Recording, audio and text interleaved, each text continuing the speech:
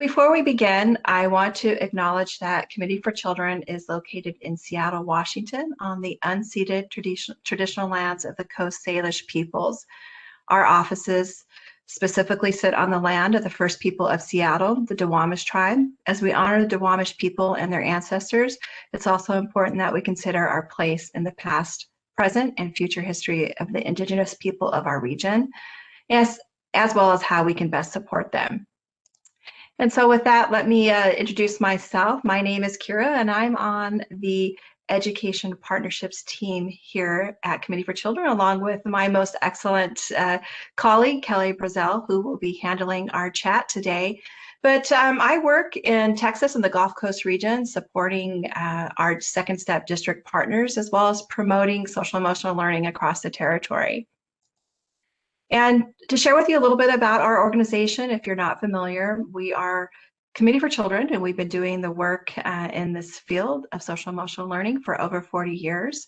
And our mission is to foster the safety and well-being of children through social emotional learning and development. And we work very hard to advocate at both the state and federal levels for policies and laws that support SEL in schools, prevent bullying, and protect children. And some of you may know us through our Second Step programs. We offer a holistic approach to building supportive communities for every child through SEL. And our Second Step family of programs supports the whole child by building social emotional competence, addressing bullying, and helping protect children in school with resources that support adult educators and extend beyond the classroom. And with that, I'm going to do a quick introduction of our amazing panelists here today.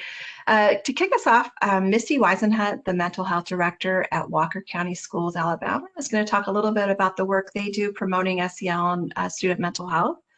And Johanna Montgomery, the Coordinated School Health Coordinator from Kingsport City Schools in Tennessee, is going to follow up and share a little bit about the SEL experience at her district. And then Nancy Veach is going to round it out. She is the Assistant Superintendent of Educational Services and Principal at Bend Elementary School at Evergreen Union School in California.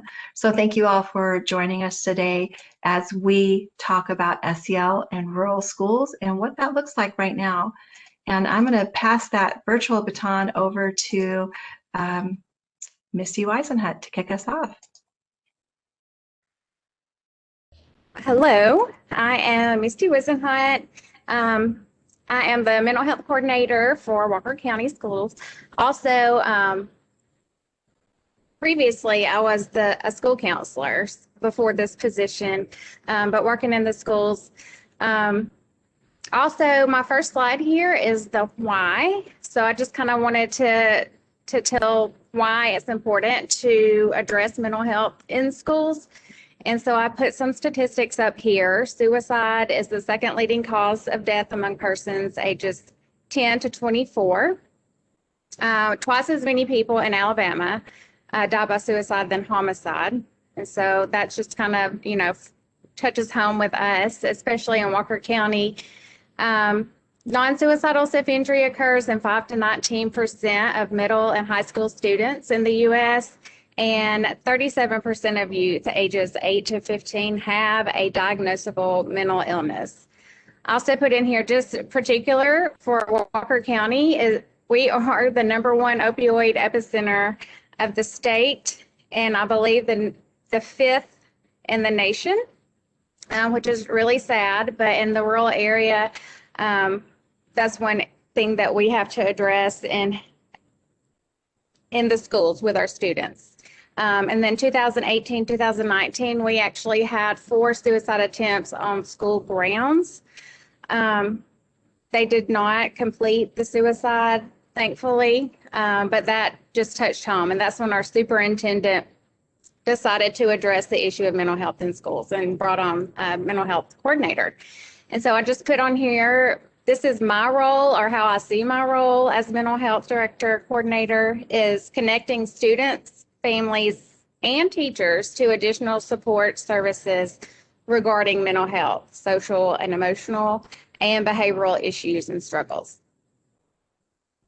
Currently, my team consists of a school-based mental health therapist. This is funded through a grant through the Department of Mental Health and our state Department of Education.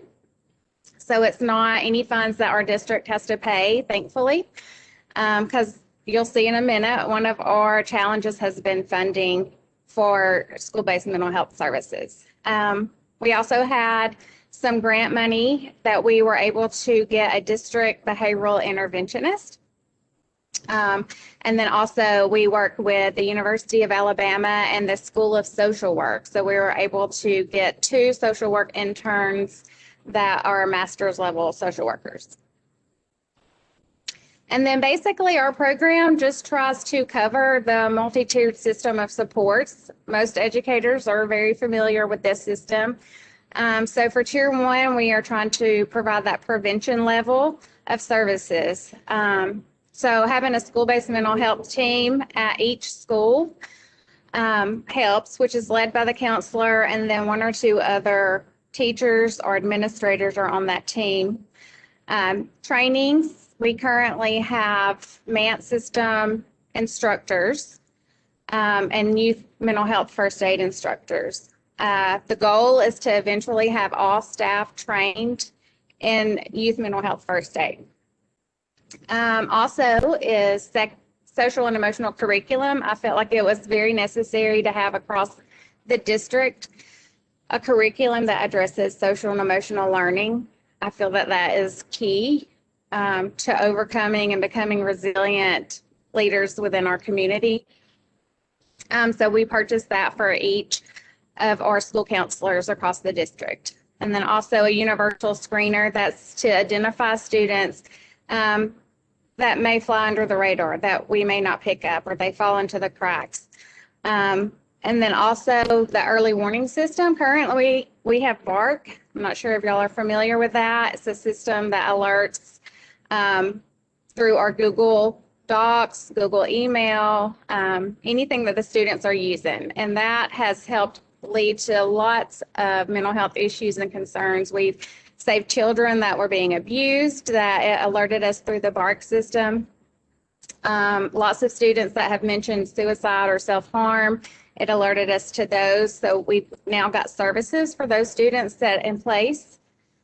And then also we're looking at rhythm, which kind of goes hand in hand with social and emotional learning. Monthly newsletters that we send out to staff and families with different social and emotional strategies that they can use at home and in the school. And then also Tier 2, that's our early intervention. We also use the DESA screener to help identify those students and can provide those early intervention services. Second step also has curriculum you can use with the small group students that are identified for early intervention. Handle with Care program, that's an alert system through our local police department and the county sheriff's office, where if they have to go out to a home for domestic violence or if there's a car wreck, they alert the school system to know that that student may just need some additional support. They don't tell us what happened. We just know to handle that student with care. So we give them a little extra attention. If they have a test that next day, we know that they may need extra time or they may want to do a makeup test. The Calm Camps, that is a sensory room. It's a safe place for students to go to feel safe. And it's like it's a calm down room. There's different sensory strategies that they can use. We have a tent set up kind of like the camp theme, and different things in there that they can do to help calm down. We use the zones of regulation and then the different strategies for that. Deep breathing, coloring sheets, just whatever it is. If the student's upset, the teacher knows that they can take them to the calm camp. And then teacher strategies, whole child. We're partnering with the University of Alabama with Dr. Greg Benner to implement whole child across our district and within our community. And then we have what we call We Win Wednesdays. On Wednesdays, we just share out some social and emotional learning strategies that the teachers can use in their classroom. And then also that they can share with parents that they can use at home. And then tier 3, that's where our school-based mental health therapist steps in to help provide mental health services, behavioral intervention. They can also use the curriculum. They can also use the comm camps. And then also we partner with other outside community agencies to help provide intensive services if our one school-based therapist can't handle all of the issues, because we do have 16 schools that are spread about 40 miles apart across the district and over about 7,000 students. So trying to meet those needs is very difficult. I forgot I had one more slide. Sorry. No, it's great. It's great. I was just thinking, I think we'll have some questions about those early warning systems. So I'm looking forward to the time for questions and answers. But yes, Okay. one more slide for you. Yeah, so there's, being in a rural district, I feel like there's several challenges. One I mentioned earlier was the funding, the lack of in-school resources. Local or some of our neighboring districts, they have a social worker in every school. And in our district, we just don't have the funding for that. And also scheduling services, that's hard with having the one therapist and then over 700 or 7,000 students. I believe this year up to date, we've had 350 plus referrals. So that's a lot to handle with just one or two people. Also, teacher pushback. Some of the social and emotional learning strategies that we roll out, they just feel like they don't have time, which of course there's COVID and the new virtual learning platform, and we know they're all overwhelmed. And so that's just been one of our challenges this year, is to help implement and push out some social and emotional learning. But the positives this year, we have those comm camps in place. Whole Child, we're working on that. We Win Wednesdays, the strategies. Some teachers do take that to heart. We've had good positive feedback from teachers that have used that. Community support, different agencies within our community that support us and help provide for our needs. And then also we have student success stories where students have told that they've been helped or they've overcome, or they feel more supported in the school through the school-based mental health. Right. Well, Misty, thanks for sharing all that. I think there's some really great, inspiring things that you're doing at the district. Lots of momentum building. And so it'll be exciting to talk about that work in our discussion. And then I'm going to go ahead and pass that virtual baton over to Johanna at Kingsport City Schools. Yes, thank you. So my name is Johanna Montgomery. I am the coordinator for coordinated school health here in the state of Tennessee. We are lucky that our state officials actually provide funding for coordinated school health for all public schools in Tennessee. So a lot of our work that we do is actually funded through those funds. I am relatively new to this role. I started this role in August, so middle of pandemic, new job, but I have been working in public health for the past 4 or 5 years. So just to give you a little bit of information about our district and what we look like, we are located in Northeast Tennessee. We have 11 schools, and out of those 11 schools, we have about 7,670 students, which out of those students, about 37, almost 38% of are considered economically disadvantaged. Even though our students are economically disadvantaged, for our graduation rate for 2020 was at 94.3%. So we are super proud of all our students and our staff for the work that they do. But it's been a journey. And so for us, our social emotional learning story is really that a couple years ago, we started having a lot of suicide attempts within our school district that again brought to light the need for mental health services. And so really what we did as a district is that our vision and mission for our students is to inspire, cultivate, and impact. And we knew that if we weren't able to inspire and cultivate and make a positive impact for these students. It didn't matter the test grades. We were still not being effective in serving the whole child. So we started looking at different data from each school, everything from behavioral referrals, suspension, chronic absenteeism, and then our counselors actually provide data to us that gives us information about what they are seeing when students come in and visit them.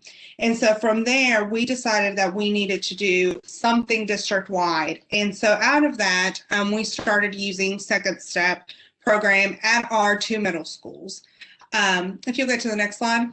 So as you will see, after using Second Step, this data that we are going to see is from one of our middle schools, which also serves as our Title I school.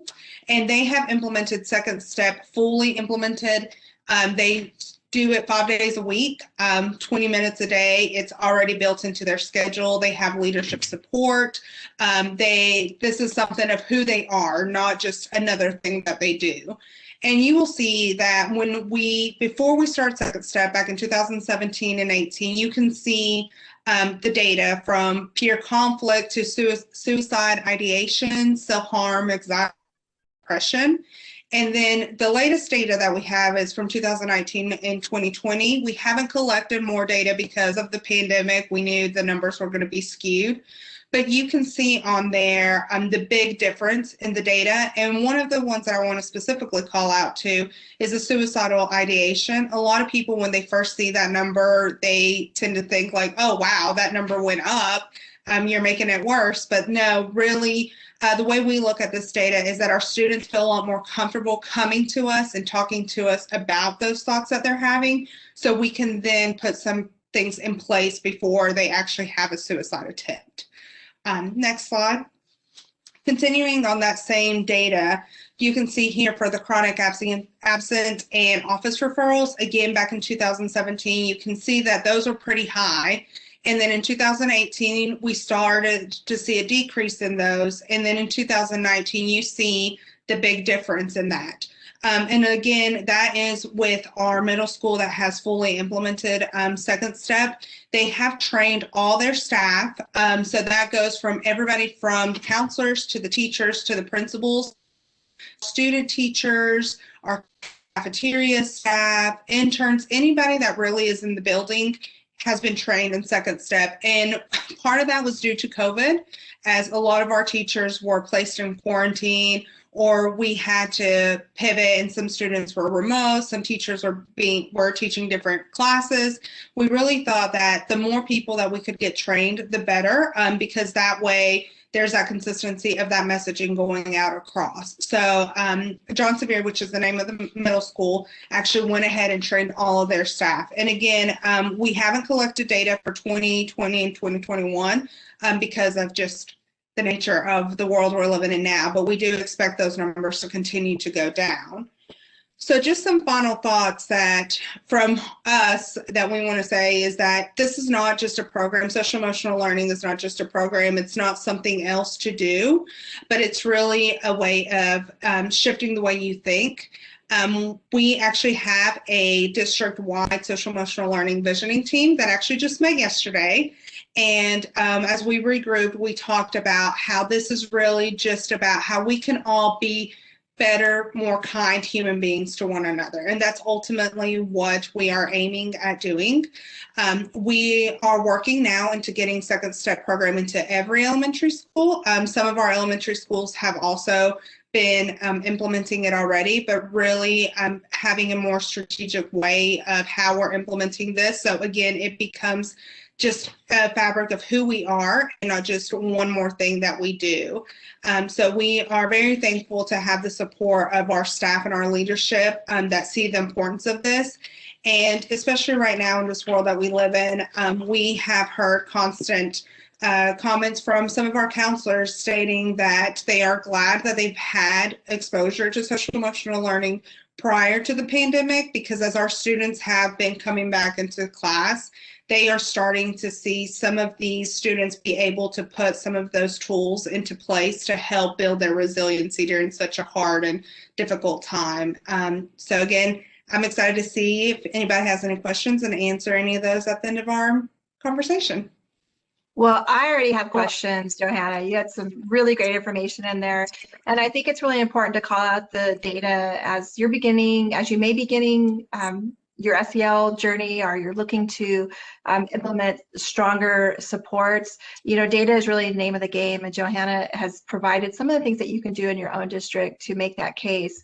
But I also want to call out how important that SEL visioning team is. I'm sure there'll be some questions around that, because visioning is a really effective tool in sustaining implementations. And so I'm sure that we'll have some more discussion on that here in our Q&A. And then finally, last but not least in any way, is Nancy Veach. I'm going to pass that baton over to her to talk about her very unique district. Thank you.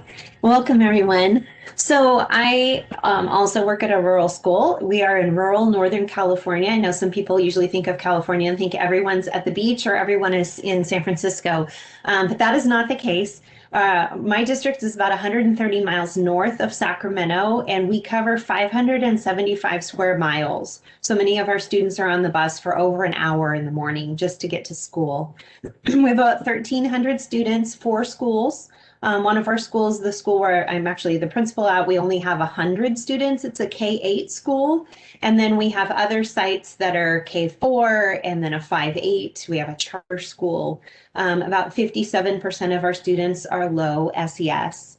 And really our mission is to make sure that we provide a foundation for all students to achieve their social, physical, and academic potential. And so as we sort of pivoted into thinking about how we were going to attend to SEL, Second Step really became a key piece in that. I came on it with our district in 1995, and by about 1997, we actually had some of the Second Step kits in our classrooms back then. And then we got away from it a little bit, and with that, we saw some things kind of deteriorate and fall apart in terms of social emotional learning. And so it's been recently that we've sort of brought that back. So with that, about 2.5 years ago, we decided that we would rebuild our district with a different focus in mind.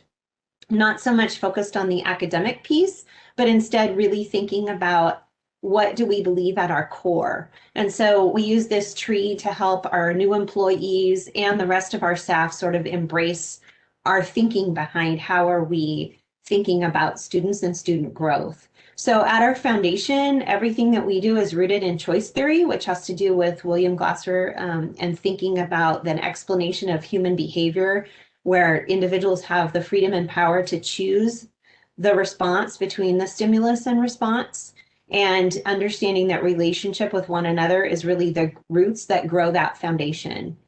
And then at our core, we really focus on making sure that we're attending to students' physical and emotional well-being, because we know that without them getting their needs met, we're not going to be able to move beyond that, right? The students that you see that don't have breakfast in the morning or don't have shoes and their shoes have holes in them, and how are we going to attend to their basic needs? So as we went through this rebuilding process, we sort of flipped the focus that a lot of staff had and placing it on academics and getting them to slow down a little bit and really thinking and attending to the social emotional learning piece first. So the branches of the tree represent our social emotional area of focus, because we know that without that, and without giving adults the ability to respond to behaviors using trauma-invested practices, then we're not going to see all of those academic areas sort of blossom, right, and grow. And so we use this tree to sort of help not only our staff, but our parents understand what our areas of focus are. So SEL at Evergreen. Again, this is really sort of a new path for us with Committee for Children and impacting across all of our systems and putting those things into place. So we've done several things over the last 2 years. We made sure all of our teachers came together to talk about creating a trauma-invested spectrum. And we looked at what was the language that we should be using in terms of trauma-invested practices with students to help them grow that different mindset, which was much more positive. We created a sort of a behavior matrix in terms of helping everyone respond to behavior. And the administration didn't create that, but we generated that across all staff from any level that was working with students to kind of come up with how do we help students when they are struggling. And then finally, implementing the SEL curriculum, and we used Second Step. We adopted that in spring of 2019. And with that, we created collaborative agreements. So teachers all sat together as well as yard staff, et cetera. And this is what we want. This is how we're going to go about embedding Second Step into what we're doing. So we were doing really great. We were moving along, and then COVID hit. So what did SEL look like, right? We had just started on sort of this redefining journey, and then March 13th happened, and suddenly we had to flip to distance learning. Because we live in a rural area, many of our students don't have access to a digital platform at all. When we first started distance learning, there were only about 30% of our students that had digital access. So what does that look like, right? When the state comes down and says, you're doing distance learning, you're going to be online. Instead, ours becomes paper packets and ours becomes phone calls with teachers reaching out. So what we were able to do was really implement some things embedded within that to try to get kids to engage. So the daily morning meeting was held for those kids who could attend virtually, but other kids, they literally would call in on their landline and join in that meeting to be a part of that community. Our school, our district counselor was able to create weekly SEL lessons with a video that we could then push out that parents, when they were home in the evening, could watch on their phone with their students and continue to have those conversations. We were able to embed the child protection unit into what we were doing during distance learning and used a lot of the hot chocolate talk background information in conjunction with our school counselor, who did some videos about how, as a parent, how could they continue that conversation with their students to, help them work through thinking about child protection. We offered weekly SEL lessons as extension activities. And then a couple of other things. We realized also that not only were our students struggling, but the adults within our system, as we worked through the pandemic, were having a hard time, me included. It began to wear on us as we went months into this. And so we were in distance learning all spring, and then we were in distance learning until September. We went back in person for a short period of time, and then we had to close again by the beginning of November, and we were closed through January. And our staff was kind of on this, I'm so glad I get to be back in person with my children again. Oh no, now they have to be back away from me in distance learning. So we added a component called Mindful Mondays that our district counselor offered. And it's optional, but any staff that want to can join in at 7:45 and really think about being mindful and thinking about how they could have a positive week. We are super excited that the Second Step or the Committee for Children SEL program is about to be launched. We've already purchased it, and we can't wait to get on board with that because we recognize that our adult educators need a lot of support during this time because they're on the front lines trying to be there for the students. Other things we did during distance learning and still continue, we actually have an SEL page on our website. So parents at any point in time can pivot back to that, and it has a direct link that goes right to the Committee for Children. We've had a lot of new technology brought into our system. So now, fortunately, instead of 70% of the students being without internet, we're down to about 10%. And that is a huge improvement. But we still have about 10% of the students that we have to have support for. So available on our website is a SEL support form. So if there are parents who feel that their student needs additional support and they can't get it, they're able to go there. So what did it look like in returning to in-person? Now that we're back, starting the beginning of January, we've been back for about 2 months now. So the goal is to have everyone get back to our collaborative agreements and to get back to staying sort of in sync with implementing the SEL lessons. We had, in alignment with CASP, we created a performance task for our students, TK through 8th grade, that was called Everyone Has a Story, How Will You Remember the Pandemic? And students had passages to read, and then they produced a full write that we sat down together and scored. And the first thing we looked at in that writing was, how were students doing in terms of social and emotional well-being? And out of that work that we did, we had about 18 students who had referrals then to speak with our district counselor. And then we were able to look at writing development as well, but it really kind of gave us some insight. And some of those writings are going to be featured in our yearbook this year because we have no sports to put in it. So we're putting student writing about the pandemic instead. Other things we're excited about, we already purchased and are waiting for the second step out of school time program that we're going to use during our summer school. And then we just adopted the K-5 digital program. And so actually was just getting people enrolled in that this morning. Like I mentioned, the adult SEL program. So we're really thinking about how can we make sure that the hiccup that happened of COVID doesn't impact the great SEL work that we had started prior to COVID. In the pockets of classrooms where teachers are using second step with fidelity, they are having fewer conduct reports, they are having fewer issues with students, and the students are able to have skills and strategies sort of in their back pocket to attend to how do you come back out of a pandemic and be able to make a friend, keep a friend, treat other people with respect.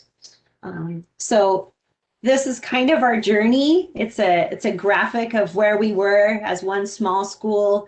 We had we had an audit which happened and finished. It was a federal audit that happened and finished a week before the pandemic.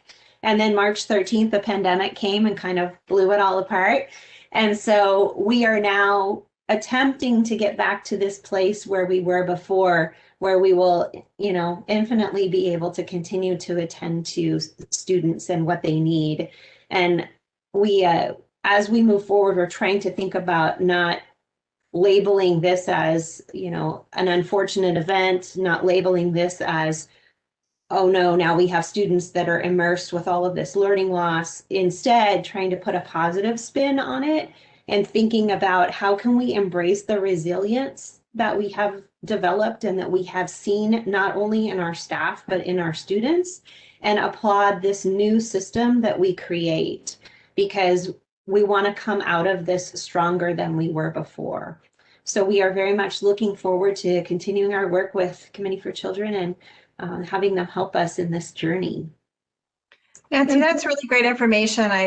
I'm so inspired by the work that each of you are doing at your district, and I hope there's some really valuable information that our attendees can take back and apply to the work that we're doing. And the panel discussion will give us some opportunity to talk a little bit more about that work that you're doing. But I'd like to get us started by sharing with you that I had a really great conversation with Dr. Alan Pratt, who is the Executive Director of the National Rural Education Association. And he shared with us that two primary challenges rural schools are facing right now are digital connectivity and student well-being. And he feels it's really vital that we collectively state our challenges and commit to solving those challenges within our communities. And I think the work that each of you are doing really speaks to that. In your own work and your own journeys. And so with that, I'd like to open up and ask, do you have anything to add to Dr. Pratt's statement? What are the biggest challenges you see facing your rural districts today? And does anybody want to take the lead on that?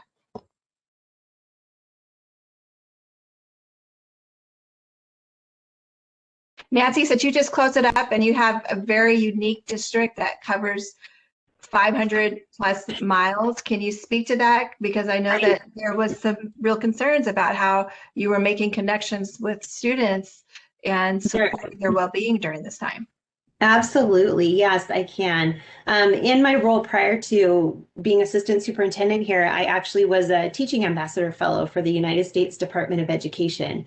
So I worked in my classroom 3 weeks out of every month, and then I worked in DC for a week out of every month, and worked at the department to give voice to rural education and what needed to be happening in schools. So with that work, was able to travel around a lot of places in the East Coast and in the Midwest. And those challenges that those schools faced are very similar to the challenges that we face here. We have a number of students who obviously digital connectivity is a huge problem for. We also have a number of families, more than I can even think of, that live in rural poverty.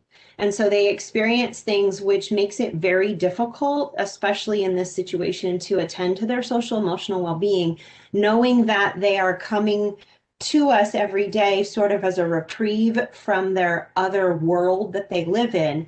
And so when, school is closed and we can't provide those services for them, the biggest issue is then how do we get those services to those students? So some of the things we did during the pandemic were actually, I would take the district vehicle out with our district counselor, and we would go out to homes and we would do counseling services. So I'd pull up, pop the back of the truck open. The counselor would sit in the back. The kids would come out of their trailers and sit in the actual back of the pickup and bring them food and bring them, books to read, etc. And she would hold her counseling sessions there, simply because we have to meet students where they're at. So I think that one of the biggest challenges is just how do you meet students where they're at when you've sort of got a limited amount of staff to be able to do that with. Yeah, that's really helpful. And Misty and Johanna, I know that the work that you're doing to support social and emotional learning is really focused through your roles in mental health. And so can you speak to some of those challenges that you addressed in your session or in your piece regarding that well-being piece and connectivity, if there were any issues that you had with that? Misty, I'm really interested in hearing more about the preventative or the notification instruments that you use to support that through BARC and the Handling with Care program. So we have, we're this school year, we're, I guess, hybrid. We have traditional students that have chosen to go back to school, and then they also have the option to be remote. And one of the challenges that we have seen in our district is a lot of the students that have mental health issues or concerns are remote students.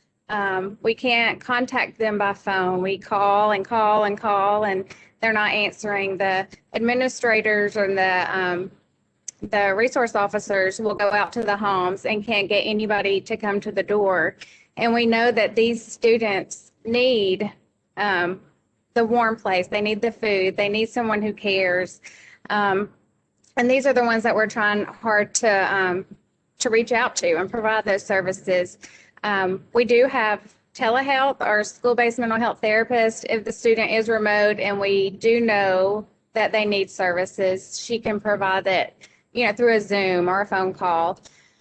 But as far as the BARC system, we have had, because they'll log in, and some of them will log in and do their work on the virtual platform, even though they're remote. We have several that will not log in to do anything, so that's even more difficult.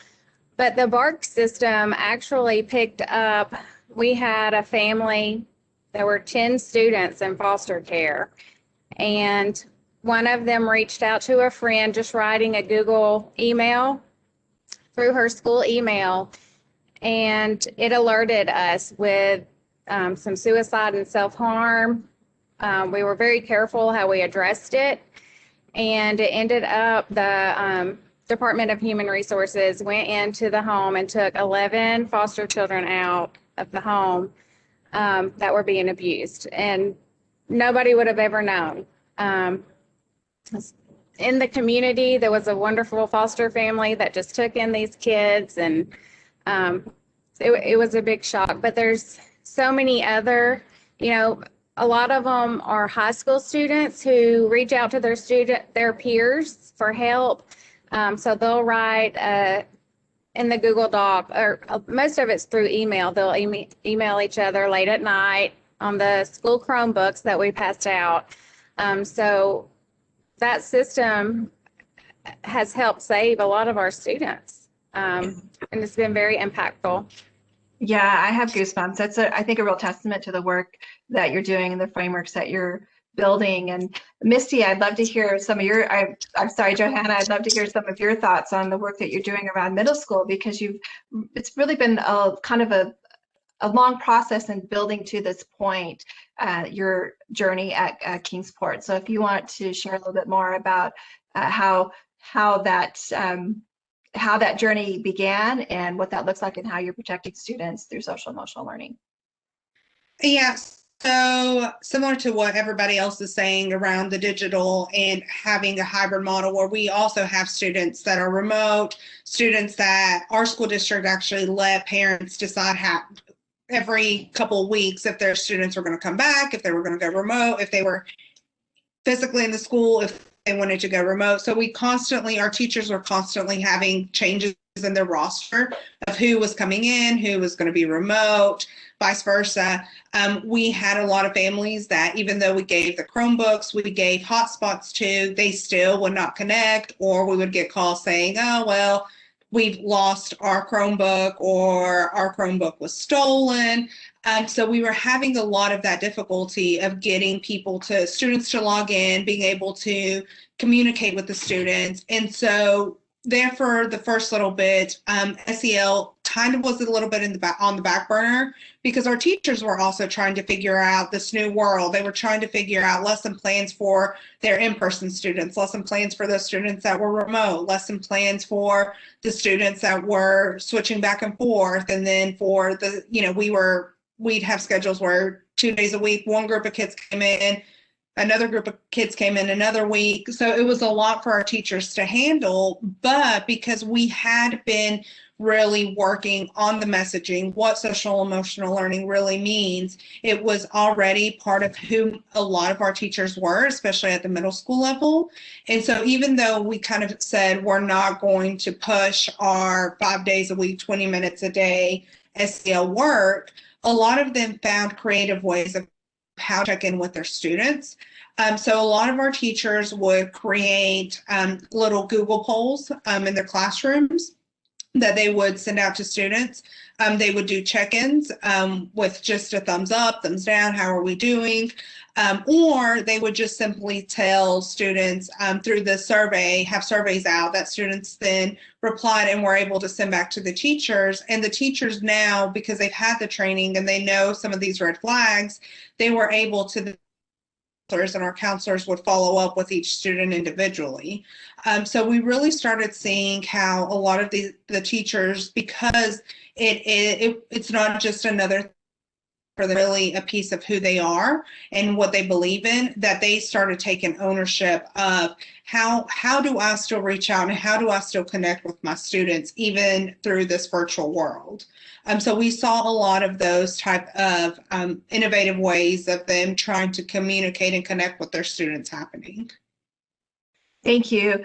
Before we open it up to questions from our attendees, I would like to ask each of you in one word, what do you think is the biggest challenge you're facing in this rural and small school setting? So Nancy, since you kicked us off last time, I'll just start with you. Oh, one word. Yeah, that's a heavy lift for one word. Connectivity. And that in terms of digital, but also physical and social. That's a great distinction. I think that really supports what Dr. Pratt was saying, what they're experiencing nationwide. And Misty, for you? I'm going to say resources. Great. That's great insight. Yeah, and I think that's one of the reasons that's prompting us to have this discussion for rural schools, to really amplify that voice and share the resources and the work that folks are doing all over the country on their SEL journey. So hopefully some of the things that you shared today will be able to provide practical application for folks that are trying to do some of these things in their own districts. And Johanna? I will also say resources, and thinking of resources not only in the funding aspect of it, but also in the time aspect. We are all in the education world so focused on testing and meeting certain milestones that sometimes we forget of this other more important piece of, if we are not taking care of the whole child, then no matter how great the teacher is, the test scores are never going to be there. That's a good point. So that's really great. So to leave everyone today with maybe two intentions when they go back is looking for opportunities to reconnect and learn new resources that can help in your work. And so let's just open that up to questions, and I'm going to invite Kelly back to see if she can share anything from the chat. So please feel free to answer any questions, and while we gather those up, is there anything else that our panelists would like to add to the conversation? I was just going to say that it is important to have that leadership buy-in, and going back to our district visioning team, we have leadership from our principals all the way through our district superintendent involved, but also for that team to be self-identified people that have a passion and who really see the important reason for this work, because otherwise it's not going to work. If you're just telling people this is something you have to do, it has to be those folks that really believe in it and then can be those champions for you in each of your schools to really carry that flag. Yeah, I think that that really resonated with me in your presentation about the SEL visioning team and how important it is to find those champions not only in the school but at the district level to help create that buy-in. Can you talk a little bit more about how you determined an SEL visioning team was going to be an integral piece to your implementation? Yeah, so the team was actually formed prior to me coming on board, but it was started with my predecessor, the coordinated school health, along with our student safety officer and our superintendent. And so part of that was that they met and included then our curriculum folks, our superintendents of curriculum. And from there, our counselors were then self-identifying themselves of saying like, hey, we see the important work in this. This is what we're already doing. And from there, it's just kind of grown. We, as the district, have not assigned people to be on this team. We currently have 32 people on the team. And that ranges from school counselors to some teachers, to coordinate school health, our superintendent. And it's really just now going into the point of, okay, how do we better support our teachers as well? Because our teachers right now, unfortunately, do not feel supported just because of the environment. And so how do we better support them and their needs so they can also support our children, because they are the ones that are now suffering from that secondhand trauma after hearing all these stories and seeing what our students are going through, especially as our students started coming back towards the end of last year, beginning of this year. Thank you. And there was a question that just came up about, so we have a small school urban attendee joining us, and some of these issues that we're discussing apply to, I think, the urban and rural environments. We're talking about connectivity and resources, and that can apply to all education systems.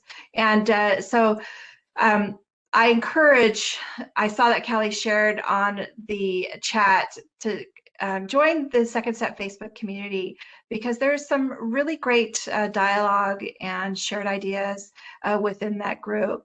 But Misty, I wanted to talk a little bit more about your alert system and the community support that you receive from that, because you're working hand in hand with some organizations that are supporting the work that you're trying to implement in the school district. And so how did you connect with the police or the sheriff department in trying to promote this alignment? The Handle with Care program was initiated through our youth advocacy program within Walker County. I think the director of the program had seen Handle with Care in another state. I think she just was online and saw it, looked into it, and then reached out to to each school district within our county and the sheriffs and the police department, and they were all on board. You know, all we are given from them, I think it's from dispatch, they'll just reach out and give us a name, and we'll look to see what school that student's at, and I'll notify the administrators and the school counselor to get with that teacher of that student, to know something has happened. We don't know what it is, but just to handle that student with care, just give them some extra love and attention and see if they want to talk about anything. But that's how the Handle with Care came about. Yeah, well, that's really great. And I think that really speaks to that trauma-invested practices that's part of your three-step components at Evergreen. What do you say, Nancy? Do you have any type of community agencies such as that works with you? We do. It's a little bit difficult just because we are out so far, so we don't have quite as much support, but definitely we do use the Sheriff's Department when we can. And then we also use our Child Protective Services in that same regard to kind of provide us support when we have trouble getting a hold of anyone. All right. Well, thank you. And so we do have a couple of questions to round out the time together. And one of those would be, with one word again, what's the best thing about the work that you do in your rural districts? And then Johanna, I'll start with you this time. Oh, wait, you put me on the spot. So one word of what I do, just knowing I'm making a difference. Great. I don't know if that's not a word. I think we'll take it, right? Misty? I was going to say student success, whenever you see them overcome a challenge or, you know, just see them smile when they haven't smiled in the past 2 months.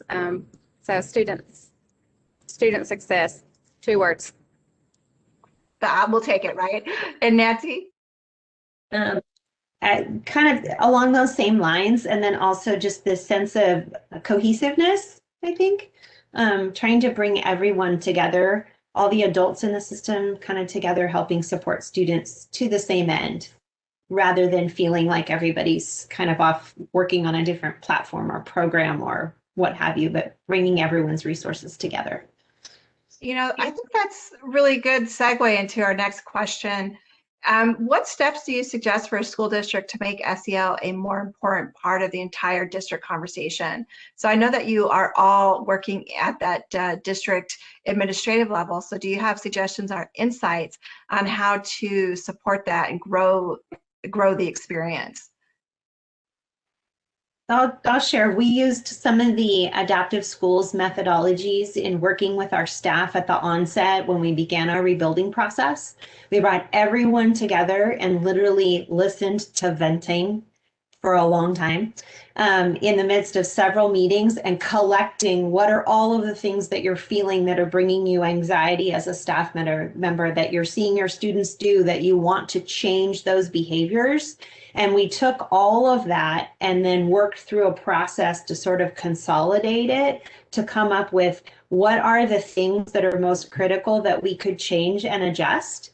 And then from that, we flipped it and we created our creed. And so we have a district-wide creed that is about, these are the things that we believe in, and it's kindness, respect, responsibility, and sort of focusing on those 3 elements. And that all came out of work that the entire staff did together, from bus drivers all the way to teachers. And that's, I think that can be a piece that districts miss, when then suddenly the administrator is saying, we're going to implement second step across the board, or we're going to implement this. You have to sort of organically grow it and then build it and then continue to foster that as you move through the process. That's really great advice. Really helpful, I think. I hope it's some information that all of our attendees can take back with them.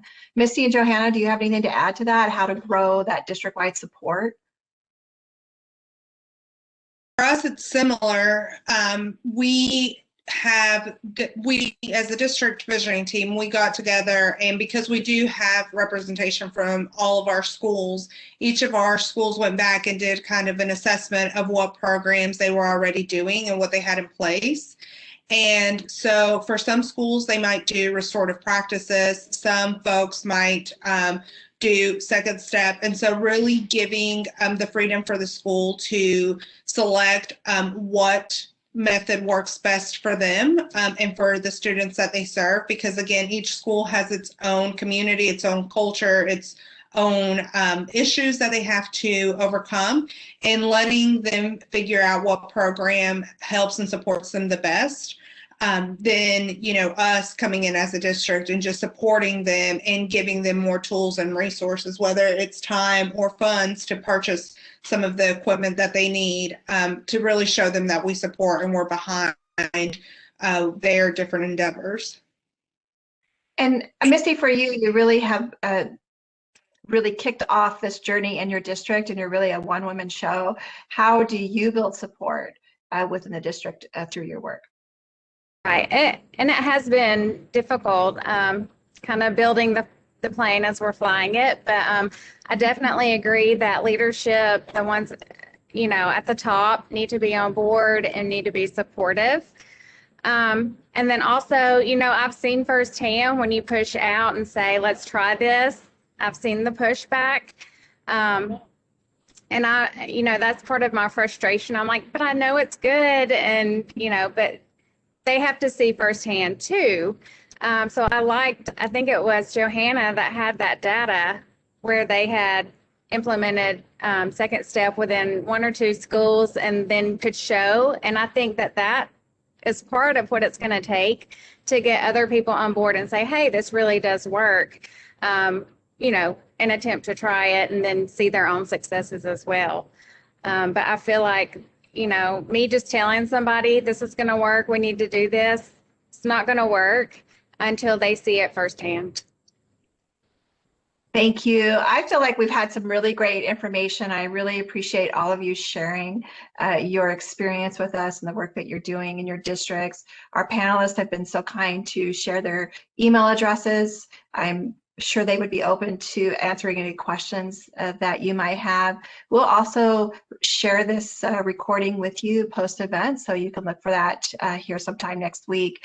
But I'm really excited to share the information that you spoke about today with districts that I work with, because I think there's some really inspirational, effective practices that can help improve, you know, student well-being across the board, whether you're working in a rural district or a small school or an urban setting.